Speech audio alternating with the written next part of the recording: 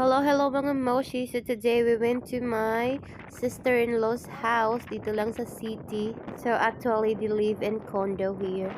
Tsaka sobrang malalaki yung condo nila dito, no? Tsaka ang tatayog. Parang medyo OA sobra yung boses ko. Kasi nabubulol ako the way I speak Tagalog. Kasi sanay akong mag-Bisaya kahit ang tagal ko na sa Manila. Even if I go to other country, I speak Bisaya pa rin. Kasi every time I speak Tagalog, talagang may accent siyang Bisaya. So, ayan, nasa loob na kami ng condo. At saka, nasa pinaka-tuktok pa talaga to nakatera tong kapatid ng asawa ko, no? So, ayan, pagpasok namin, binigyan agad kami ng ampaw. Another ampaw. So, ayan, yung anak ko, ang daming laruan kasi may pinsan din yung anak ko na bata rin. Kaya sobrang kinalat niya na masyado yan, no? Ayan. Yung tatay niya napagod nakakahabol sa kanya dyan. At saka malaki tong condo na to kasi 4 yung room.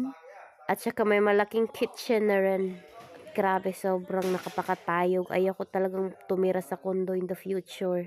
Pero wala akong magagawa kasi after 2 years, dito rin naman kami titira kasi dito namin pag-aaralin yung anak namin pag 4 years old na siya. Yun yung palagi namin pinag-aawayang mag-asawa, no? Dahil ayaw ko siyang tirahin dito or pag-aralin. Sabi ko sa kanya siguro mga 7 to 10 years old na siya. Pero ayaw talaga ng asawa ko. Gusto niya pag mag 4 years na yung anak ko, dito na kami titira sa China. Kasi nga daw ayaw niyang lumaki yung mga anak niya sa Pilipinas.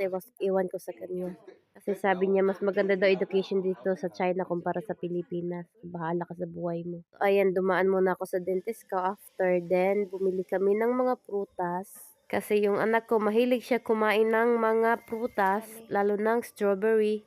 So, ayan, meron din silang jackfruit dito. At siya guys, medyo pricey yung mga fruits nila dito kasi nga daw, hindi daw seasonal ng mga prutas ngayon dito sa China. So, bali kinukuha pa daw nila yan sa ibang bansa kagaya ng Hong Kong, Thailand at saka Taiwan. So, para yung Chinese, nag-aangkat din siya ng mga prutas sa ibang bansa. Iba't ibang klase yung prutas dito sa China, pero lahat natikman ko na yung pumunta ako sa ibang bansa rin. So, parang hindi na siya masyadong new sa akin kasi kahit pa doon sa Manila, meron naman to sa Korean stores, ganun. May mga imported sila na prutas. At saka yan, pabalik-balik ako bumili ng durian kasi masarap durian nila dito kasi malalamig.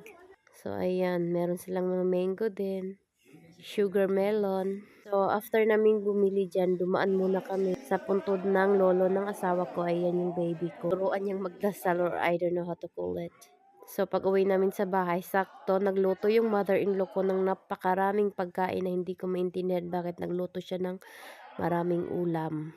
At saka, andyan din kasi yung mga sister-in-law ko at saka asawa nila. Dumalaw lang sila sa bahay kasi, ewan ko. Nagpagawa pa ako ng little kitchen doon sa baba kaso hindi rin naman pala ako nagluluto, no? Kasi ewan ko, tinatamad ako. Parang kung gusto kong magluto, mga noodles lang, ganun. So yun yung anak ko, nakita ko na naman, ano naman kayang kinukulikot nito. Pumunta na naman siya sa kusina kasi kumuha siya ng mga pagkain doon, ayun. Marunong na siyang magbukas ng refrigerator Alam niya doon nakatambak yung mga prutas. Ayan kain siya ng kain. Sobrang cute.